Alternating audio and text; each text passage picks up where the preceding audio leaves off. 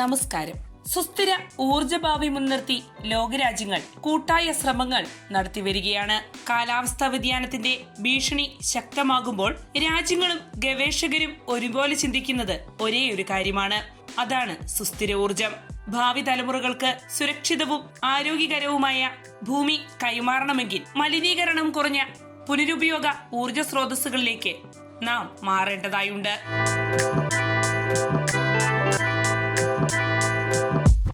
പ്രധാനമായും സൗരോർജം, കാറ്റ്, hydro, tidal, bio energy എന്നിവയാണ് ലോകരാജ്യങ്ങൾ ഇന്ന് പ്രോത്സാഹിപ്പിച്ചു വരുന്നത്. 2030 ആകുമ്പോഴേക്കും കാർബൺ ബഹിർഗമനം കുറയ്ക്കുന്നതിനായുള്ള ഗ്ലോബൽ ലക്ഷ്യങ്ങൾ ഐക്യരാഷ്ട്രസഭ പ്രഖ്യാപിച്ചിട്ടുണ്ട്. ഇത്തരം ശ്രമങ്ങളുടെ ഫലമായി വരുന്ന 30 വർഷങ്ങൾക്കുള്ളിൽ ലോകത്ത് ഉൽപ്പാദിപ്പിക്കപ്പെടുന്ന വൈദ്യുതിയുടെ ഭൂരിഭാഗവും പുനരുപയോഗ ഊർജ സ്രോതസ്സുകളിൽ നിന്നുമായിരിക്കുമെന്നാണ് വിദഗ്ധർ പ്രവചിക്കുന്നത്.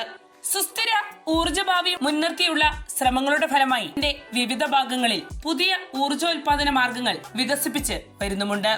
അത്തരത്തിൽ അടുത്തിടെ ജർമ്മനിയിലെ ഒരു ഗവേഷണ സംഘം കണ്ടെത്തിയിരിക്കുന്ന പുതു ഊർജ ഉൽപാദന മാർഗം വളരെയേറെ ശ്രദ്ധ നേടുകയാണ്.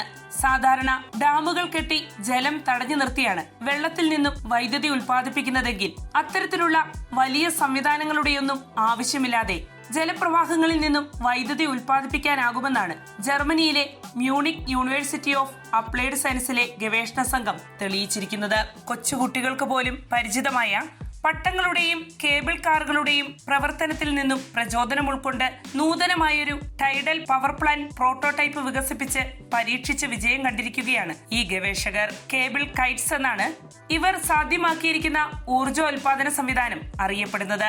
മ്യൂണിക്കിലെ ടെക്നിക്കൽ യൂണിവേഴ്സിറ്റിയുമായും പ്രമുഖ കേബിൾ കാർ നിർമ്മാതാക്കളായ എൻഡ്രോപ്പ് GmbHുമായും കൈകോർത്താണ് മ്യൂണിക് യൂണിവേഴ്സിറ്റി ഓഫ് അപ്ലൈഡ് സയൻസസിലെ ഗവേഷണ സംഘം ഈ പുതിയ ഊർജോൽപാദന സാങ്കേതിക വിദ്യ സാധ്യമാക്കിയത്. 2 വർഷക്കാലത്തോളം സമയം ചെലവഴിച്ചാണ് ഗവേഷകർ ഇത്തരമൊരു സംവിധാനം യാഥാർത്ഥ്യമാക്കിയത്.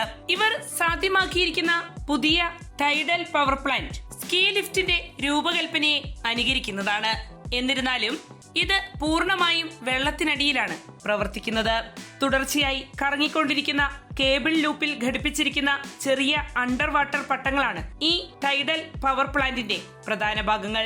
ഈ പട്ടങ്ങൾ കറന്റ് ഡ്രൈവൺ ഫോയിലുകൾ എന്നാണ് അറിയപ്പെടുന്നത്. ജലപ്രവാഹം ശക്തിയോടെ ഈ അണ്ടർ വാട്ടർ പട്ടങ്ങളെ തള്ളുമ്പോൾ അവ ഘടിപ്പിച്ചിരിക്കുന്ന കേബിൾ ചലിക്കുന്നതിന് ഇടയാക്കും. അങ്ങനെ സ്കീ ലിഫ്റ്റിന്റെ ഭാഗമായുള്ള പുള്ളീസ് അഥവാ ചക്രങ്ങളിൽ ഘടിപ്പിച്ചിരിക്കുന്ന ജനറേറ്ററുകൾ പ്രവർത്തിക്കുകയും ചെയ്യും. തൽഫലമായി വൈദ്യുതി ഉൽപാദനം സാധ്യമാകുകയും ചെയ്യുന്നു. വാക്കേഴ്സ്ബർഗ് ആസ്ഥാനമായുള്ള സ്കീ ലിഫ്റ്റ് നിർമ്മാതാക്കളായ എൻഡ്രോപ്പ് GmbHന്റെ സ്ഥാപകരായ ആന്റണും പീറ്റർ ഗ്ലാസും ചേർന്നാണ് ഈ ആശയം വികസിപ്പിച്ചെടുത്തത്. ജർമ്മനിയിലെ ലാൻഡ് ഷട്ടിനടുത്തുള്ള മിഡിൽ ഇസാർ കനാലിലാണ് ഗവേഷകർ ഈ സാങ്കേതിക വിദ്യയുടെ ആദ്യ പ്രോട്ടോടൈപ്പ് പരീക്ഷിച്ചത്.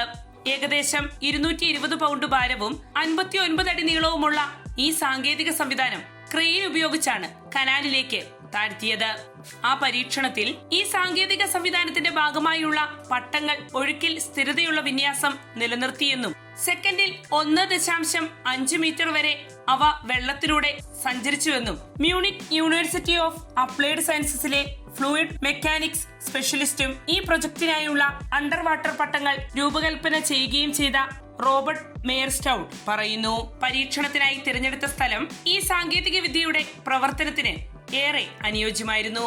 കനാലിന്റെ വൈദ്യുതധാര സെക്കൻഡിൽ 0.6 മീറ്റർ എന്ന സ്ഥിരമായ വേഗതയിലാണ്. ഇത് സമുദ്ര സാഹചര്യങ്ങളുമായി പൊരുത്തപ്പെടുന്നു.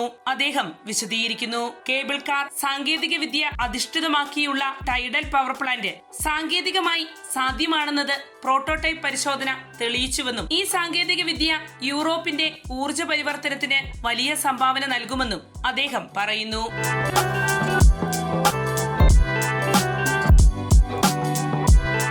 വാർത്തയുടെ നിറം തേടി തനിനിറം.